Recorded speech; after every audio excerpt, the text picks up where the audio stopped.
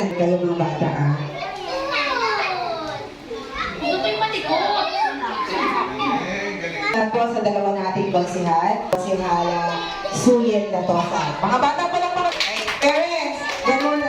Papakainin ko lang to ah. Dyan muna yung mga bata. Mga bata, balik sa pwesto. Isa, dalawa.